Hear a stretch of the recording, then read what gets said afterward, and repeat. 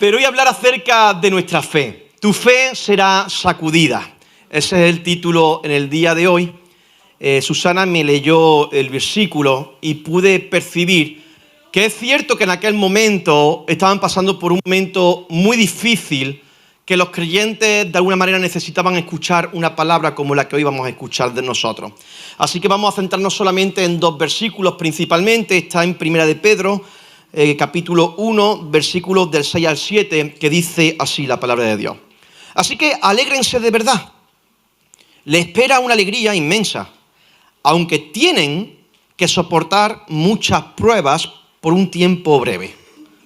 Estas pruebas, atención, demuestran que su fe es auténtica. Está siendo probada de la misma manera que el fuego prueba y purifica el oro. Aunque la fe de ustedes es mucho más preciosa que el mismo oro. Entonces su fe, al permanecer firme en tantas pruebas, les traerá mucha alabanza, gloria y honra en el día que Jesucristo sea revelado a todo el mundo. He leído la Nueva Traducción Viviente, porque tanto tú como yo, si estamos hoy aquí, es porque de alguna manera queremos tener una fe inquebrantable. O sea, nadie quiere tener una fe débil, nadie quiere tener una fe de mentira, nadie quiere tener una fe que se parezca a un flan, que es movible. Queremos tener una fe fuerte, una fe íntegra, una fe auténtica, una fe que cuando venga la prueba no decaiga, sino que se establezca sobre una verdad y sobre también cosas que hemos aprendido en nuestra vida con el Señor. Si yo te pregunto a ti, ¿te encantaría que tu fe fuera débil o cayera en el momento de la prueba? Seguro que me dices que no. No tiene sentido porque un creyente se establece sobre la fe. ¿Y la fe en quién? En Cristo Jesús, en el Padre, en el Hijo y en el Espíritu Santo. Pero a veces pasa que queremos el brillo del oro, pero no queremos la temperatura del horno. Eso es lo que este versículo habla. Cuando habla de prueba, cuando habla de fuego, ¿sabe de qué está hablando? Está hablando de sufrimiento. Hoy quiero hablar del sufrimiento, porque los cristianos de la iglesia primitiva, este versículo fue dado en un momento muy puntual donde la iglesia crecía, la iglesia se extendía, la iglesia avanzaba, la iglesia había sido levantada, pero en ese momento, en el año 60 aproximadamente después de Cristo, entró un emperador que empezó a gobernar de manera injusta, el emperador Nerón. Y él decretó una norma que era ir en contra de los creyentes y empezó a hacer cosas horribles. Empezó a quemar a cristianos como si fuesen antorchas de fuego en medio de las ciudades donde él gobernaba. Comenzó a crucificarlos, comenzó a perseguirlos, y ese fue el inicio. Y en ese inicio, Pedro lanza ese versículo. Mirad que había escuchado que os va a sobrevenir prueba, fuego, tenéis que ser probados. Y quizá hoy no estamos debajo del yugo de Nerón, pero el principio suele ser el mismo, el principio del sufrimiento. Quizá hoy Nerón no te está persiguiendo, pero te está persiguiendo una noticia de enfermedad que está trayendo sufrimiento a tu corazón. Quizá está viniendo una noticia sobre una posible fractura en un matrimonio y golpea tu corazón como Nerón golpeaba la vida de los creyentes por su fe, y tu fe tambalea. Quizá está llamando a la puerta de tu corazón una traición, una crisis económica o una depresión silenciosa, sufrimiento. El cristiano de hoy en día no va a dejar de sufrir. Eso es algo profético. Sin embargo, lo importante es cómo enfrentamos el sufrimiento. Porque sí que es cierto que Nerón no desapareció, pero sí cambió su rostro. El sufrimiento, hermano, el sufrimiento, quédate con esto, el sufrimiento no es la ausencia de Dios. A veces he tenido conversaciones con personas que dicen, ¿y por qué sufro si Dios existe, no? O lo típico de las personas que no creen en Dios, ¿no? Si Dios fuera tan bueno, ¿por qué permite este sufrimiento?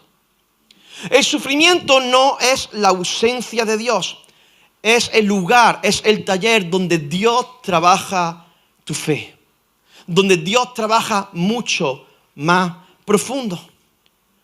Pedro le escribe a esos cristianos dispersos en diferentes ciudades de, hey, cuidado porque podéis estar cambiando vuestras perspectivas del por qué sirve el sufrimiento.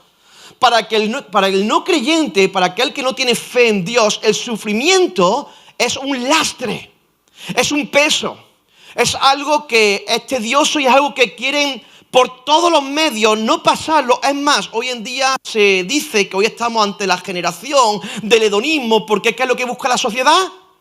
Placer, es decir, huida del sufrimiento. Sin embargo, el apóstol Pedro dice, el sufrimiento para los creyentes es algo distinto. ¿Estás sufriendo o has sufrido alguna vez? Amén. Dios está trabajando en tu corazón. El sufrimiento es necesario. De hecho, al principio dice, es necesario que tengan que ser afligidos.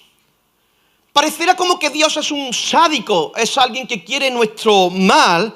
Sin embargo, es todo lo contrario, no es un sádico. Lo que Dios quiere es una transformación en tu corazón.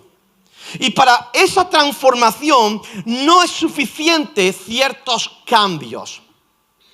Te voy a poner un ejemplo, entre cambio y transformación no es lo mismo. Por ejemplo, Zulimar, levántate por favor, siéntate al lado de Susi o en la silla de Susi. Sí, Susi, siéntate ahora en la silla de Zulimar, por favor. Mira, ellos o ellas, mejor dicho, han tenido un cambio, han cambiado de posición, ¿sí o no? ¿Han cambiado de posición, sí o no?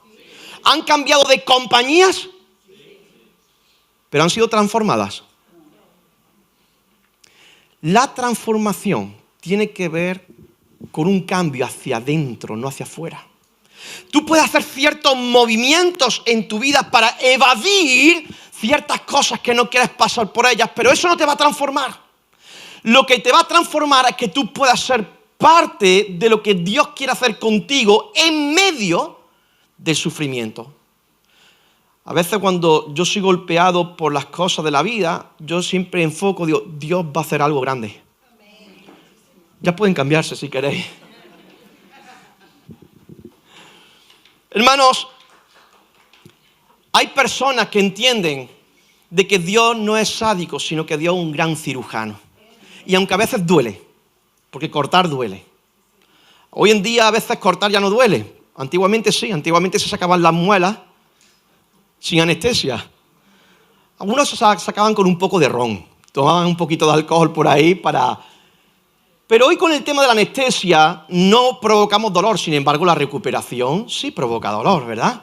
Cuando la anestesia se va, el dolor de nuevo aparece, pero hay niveles que solamente tú vas a poder elevarte en tu carácter, en tu formación, en tu ministerio, en medio del sufrimiento. Yo recuerdo cómo mi esposa y yo en un momento determinado sufrimos muchísimo, muchísimo.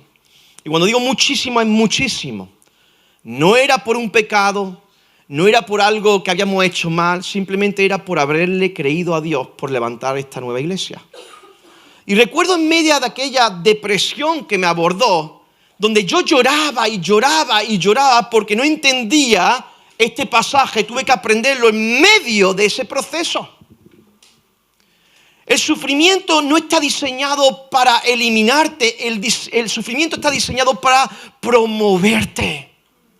Sin embargo, ese sufrimiento a veces ocurre de que lo evadimos y entonces en vez de estar enfocándonos en el objetivo hacia donde Dios nos quiere llevar, queremos que desaparezca por todos los medios. Y oramos, Señor, ¿y por qué? Señor, ¿por qué? Señor, ¿por qué? Pero mientras tú estás llorando en tu casa o en el coche o en un barrio, Dios está haciendo algo maravilloso que es más valioso que el oro. Te lo vuelvo a repetir. Algo está haciendo Dios en tu interior que es más valioso que el mismo oro. Juan 15, 1, 2, no lo tienes ahí, pero te lo voy a leer. Dice, yo soy la vid verdadera y mi Padre es el labrador. Todo pámpano que en mí no lleva fruto, lo quitará. Pero dice ahora, y todo aquel que lleva fruto, lo limpiará, para que lleve más fruto. Y cuando dice de lo limpiará, está hablando de podar, de cortar, y el corte provoca dolor. Pero Señor, si yo estoy dando fruto, ¿por qué tengo que ser podado? ¿Por qué tengo que ser herido? ¿Por qué tengo que ser dañado? Porque el fruto que tú tienes no es suficiente con lo que Dios te va a llevar a que des. Entonces Dios no ve en ti una persona terminada, Dios no ve en ti una persona que ya ha sido totalmente finalizada toda obra, sino que está viendo en ti que eres capaz de producir más, pero para eso hace falta cortes, aunque provoque dolor. La poda no es un castigo, la poda es el escenario que Dios usa para poder promoverte. ¿Estás sufriendo? Bienvenido al club de los creyentes. Bienvenido al club de aquellos que no quieren quedarse donde están, que quieren avanzar, que quieren prosperar, que quieren mirar a Dios diciéndole, Señor, algo más grande de lo que tú has hecho en mí hasta ahora. Porque déjame decirte, tú no eres el mismo que hace 2 años atrás. Tú has crecido. Y si no has crecido es porque no has querido pasar por esa etapa de tu vida donde tienes que entender que sí o sí tienes que ser cortado. ¿Es difícil? Sí lo es, pero es muy necesario. Cuidado, hermanos, con limitarte por no querer sufrir, porque la verdad es que Dios quiere llevarte a un nivel mayor de gloria. Tal vez está cortando en este tiempo una relación que te distraía. Tal vez Dios está cortando una seguridad que te hacía autosuficiente. Y estás pasando por una crisis económica fuerte porque tú piensas que esa es la manera en la cual Dios va a bendecirte y tienes que cortar ciertas cosas que te van a doler para depender absolutamente de Él. Su plan es mejor que el nuestro. Su plan es perfecto. Dios, hermanos, prefiere verte herido por crecimiento que no envuelto en tu comodidad. Dios quiere verte herido en tu proceso mejor que verte parado en tu comodidad. Creyentes que están cómodos son creyentes que no crecen. Creyentes que están apáticos suelen ser creyentes que no buscan esa poda, que huyen de la voz del Señor, que huyen de la dirección de parte de Dios. Ahora, el fuego, la prueba, el sufrimiento no significa de que Dios te abandonó. ¿Te acuerdas aquel versículo que dice, aunque pases por el fuego, no te quemarás? ¿Y qué promesa más linda para todos aquellos que estamos en el camino del Señor? Porque hay muchas cosas en la vida que me queman. Yo no sé tú, pero hay cosas en la vida que queman. Pero las pruebas en las cuales Dios permite que tú te metes, no es que te queme para dejarte en cenizas, es que te va a quemar para purificar tu vida. Va a purificar tu vida, hermanos. Mira, he estado leyendo un poquito acerca de la profesión de aquellos que se dedican al tema del oro, ¿no? Que le llaman los orfebres o algo así, por lo que he podido leer. Y estos hombres o mujeres que se dedican a tratar el oro, a trabajar con él, te dicen de que el oro no puede estar a temperaturas bajas porque no se purifica. Si no se purifica, entonces la aspereza, lo que sobra del oro, ya no es puro, sino que está contaminado y entonces no sale, no se disuelve. No se aparta, no se separa. Sin embargo, dice que estos profesionales que tampoco pueden darle un calor excesivo porque entonces el metal se arruinaría. Ahora, ¿cómo saben ellos que en cierta manera el oro está preparado para ser apartado? Dicen ellos que el oro está preparado para ser apartado cuando a través del oro líquido pueden ver el reflejo de ellos sobre él. Cuando un creyente ha sido pasado por una prueba aprobada, cuando el creyente manifiesta la imagen de Cristo. El fuego no te consumirá, pero permite, hermanos, que Dios trabaje en ti. Permite de que Dios se refleje en ti. Dios está trabajando. Y si está trabajando contigo, si todavía no ha terminado contigo, es porque Él quiere hacer algo grande y maravilloso en ti, en tu familia. Has venido hoy pasando necesidad, has venido padeciendo un dolor intenso, quizá hoy no, pero quizá dentro de 5 días sí, o dentro de un año, recuerda esta palabra: Dios no ha terminado contigo. Si tienes vida aquí, Dios no ha terminado contigo. Y ahí estaba Cristo.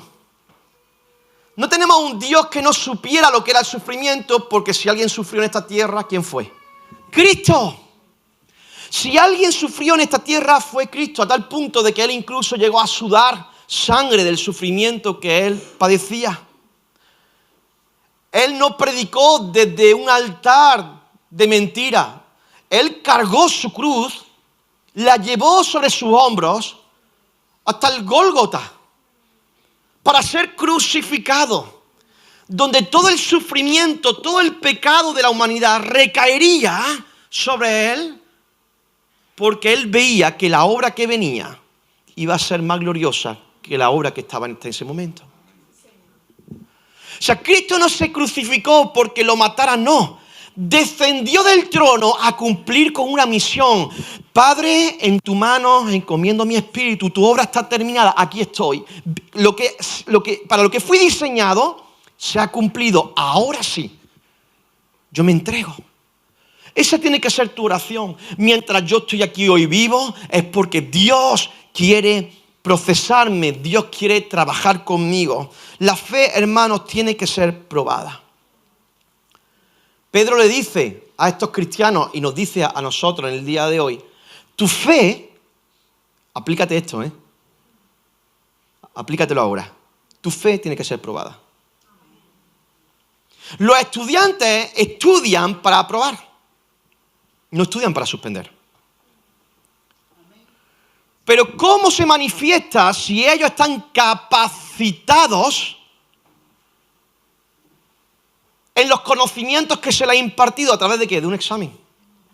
Donde luego le darán un resultado y les dirá si esa prueba ha tenido una nota equivalente a lo que se supone que tienen que tener para rendir el examen como algo aprobado. Al igual que un estudiante trabaja, estudia para ser aprobado en un examen, de esa misma manera, hermano, tu fe va a ser probada a tal punto de que las circunstancias de la vida te van a decir si estás aprobado o no mediante la fe. El fuego, el sufrimiento no crea la fe. Lo que hace el fuego es que revela de qué está hecha tu fe. Hay personas que piensan de que las circunstancias manifiestan o provocan una fe en la vida de las personas, cuando es todo lo contrario. Las circunstancias lo único que hacen es que manifiestan cómo está tu corazón. Es posible que haya circunstancias en las cuales tu fe no ha sido una fe madura y tienes que pasar por ahí para aprender, para que al futuro, cuando vuelva a ocurrir, tu fe esté madura. Esa fe tiene que ser probada. Y esa fe tiene que tener resultados. Y te pregunto hoy a ti, ¿cuáles son los resultados que estás teniendo a través de tu fe? Es fácil, ¿no?, decir gloria a Dios cuando todas las cosas van bien. Pero el sufrimiento, hermano, es el detector de metales de la profundidad de tu fe. ¿Tú has visto que cuando pasas por aeropuertos, ven si hay metales por ahí raros? Mi hermano pasó conmigo la última vez con una guitarra que tenía tornillos por todos lados. Digo, Dios mío, no nos van a dejar pasar. Lo curioso es que el detector no funcionó, parece ser, porque estaba un poquito averiado. Sí, así es. La verdadera fe se observa bajo la presión. Bajo la presión. Dios no está buscando, hermano, una fe perfecta, pero está formando una fe auténtica en ti. Quizás estás pasando por momentos difíciles, pero tienes que entender que tu fe va a ser sacudida. Pero ese momento de sacudimiento es el momento donde tú no puedes rendirte. Repítelo: no voy a rendirme en medio del sufrimiento porque viene algo grande para mí. No voy a parar hasta ver la obra de Dios terminada en mi casa, terminada en mi vida, porque mayor es la gloria que el que está conmigo que no aquella prueba por la cual estoy pasando. Es fácil levantar tus manos cuando hay victoria, pero cuando hay derrota aparente, porque no hay derrota, tus manos tienen que estar más levantadas aún. Por eso te animo a que no te rindas en esta temporada de tu vida. Estás por dar a luz una gloria mayor. Dice la palabra del Señor, esta breve tribulación producirá en nosotros un mayor peso de gloria. O sea, sufrimiento es igual a mayor gloria. Y más sufrimiento es mayor que igual gloria. Pero yo no voy a quedarme la gloria pasada por el hecho de estar cómodo. Yo quiero la gloria futura. Y llegará un momento donde los creyentes vamos a ser perseguidos con diferentes artimañas, estrategias. Hoy no hay un Nerón que te crucifica, pero hay un Nerón espiritual que apaga tu fe y que la mata, y que la estanca, y que la sepulta. Porque con todas las distracciones que hoy hay, el hambre espiritual se nos va.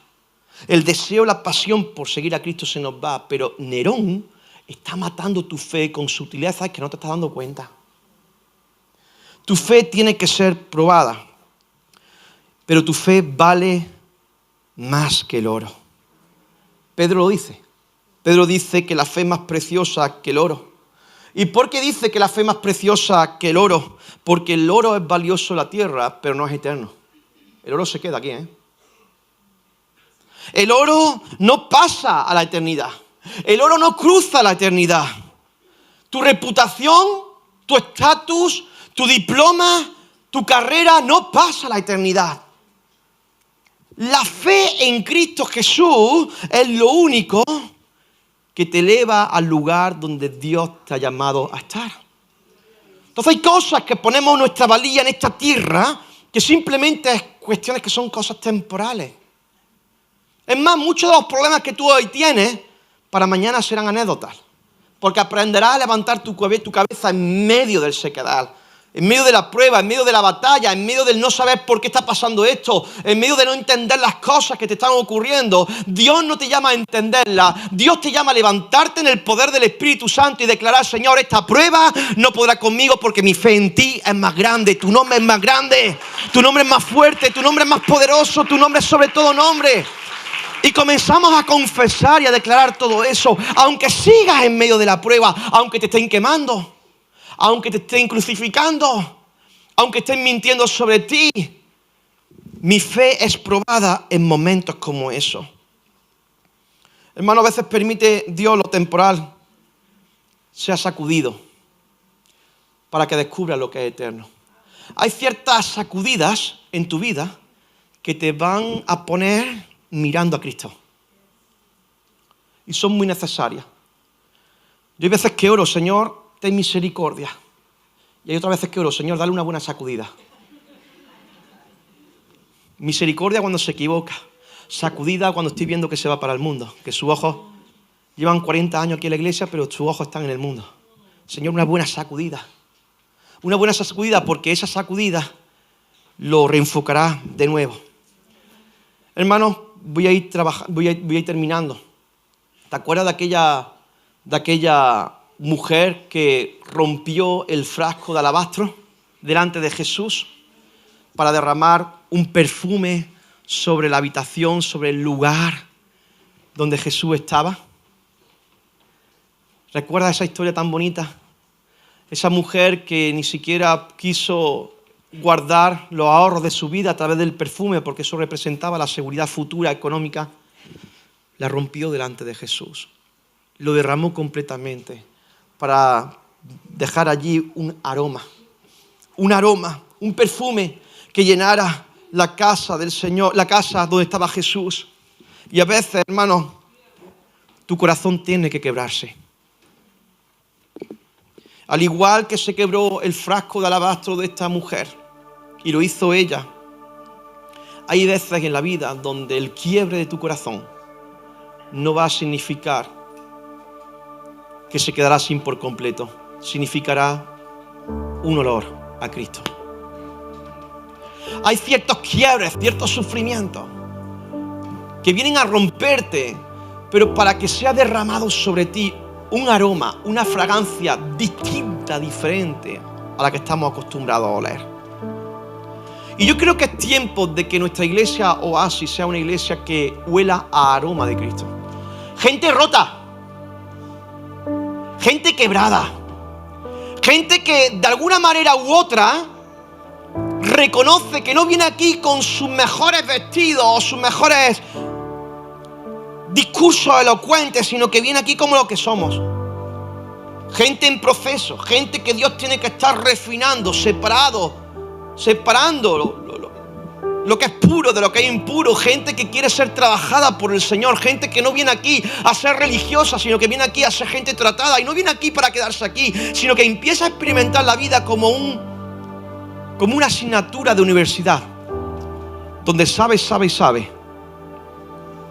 que el profesor lo va a recibir y que va a enseñarle ciertas cosas que él desconoce, porque todavía no ha bregado con eso en la materia.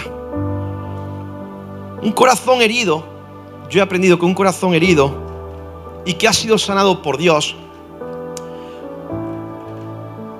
ministra más a Dios que aquel que nunca sufrió o aquel que está intacto. Cuando tú pasas por la experiencia de la vida, tienes una autoridad mayor que aquel que simplemente paseó. Cuando tú has conocido el sufrimiento, cuando tú has percibido el golpe de una separación, de un divorcio, de alguien que te maltrató, de una economía que te ha llevado a la bancarrota, de una salud que se ha roto, de una fe que a veces ha sido movida, cuando tú pasas por todo eso y Dios te purifica, tú tienes mucha autoridad para hablar con alguien que está pasando por donde tú pasaste. Porque al final Dios no quiere que nosotros hablemos de Jesús, sino que Jesús se encarne en nosotros. Y Jesús sufrió. Y Jesús, en cierta manera, se entregó, se rompió completamente para que muchos,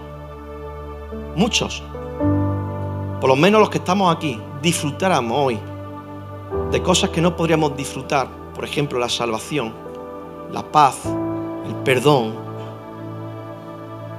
la relación directa con Dios. Antes era a través de los sacerdotes, a través de los profetas, a través de los reyes.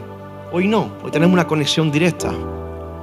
El sufrimiento tiene sus días contados, porque llegará un momento donde dejaremos de sufrir, no aquí, allí en el cielo. Y esa es una esperanza que tú y yo tenemos. Pero la meta de todo sufrimiento, y cerramos con esto, tiene que ver con que la gloria de Dios sea vista en ti. La gloria de Dios se ve a través del sufrimiento. El sufrimiento tiene fecha de caducidad. La enfermedad, hermano, no tiene la última palabra. Tu situación no tiene la última palabra. Una crisis económica no tiene la última palabra. El divorcio no tiene la última palabra. Que tu hijo se enfadara contigo no tiene la última palabra. No sé cuál es tu situación, pero dite a ti mismo, el sufrimiento no tiene la última palabra. La última palabra la tiene mi Dios, y yo en Él confío. Y yo en Él descanso. Y mi corazón se alegra en medio del sufrimiento, como aquel apóstol que estaba en prisión y cantaba. Y cantaba el apóstol Pablo. Y se gozaba con Sila en medio de la prisión, en medio del sufrimiento. Llegará un momento donde tu fe sea probada a tal punto que dirás, gracias a Dios por este sufrimiento, porque aunque ahora me duele, aunque ahora lloro, yo sé que algo tú... Es como la mujer que está de parto. Lloro, me duele, pero mi hijo, mi hija viene en camino. Y se alegra por eso. Porque lo que hoy te alegra, lo que hoy te duele a ti, no será tu tumba, será tu proceso. No es el lugar donde tú vas a terminar. No es el horno donde te vas a quemar. Es el horno donde las impurezas serán quitadas.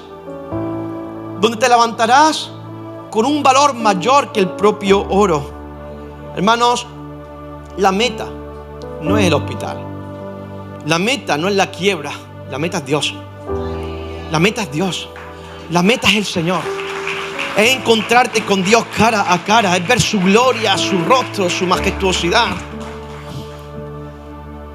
El sufrimiento es temporal, pero la salvación es eterna.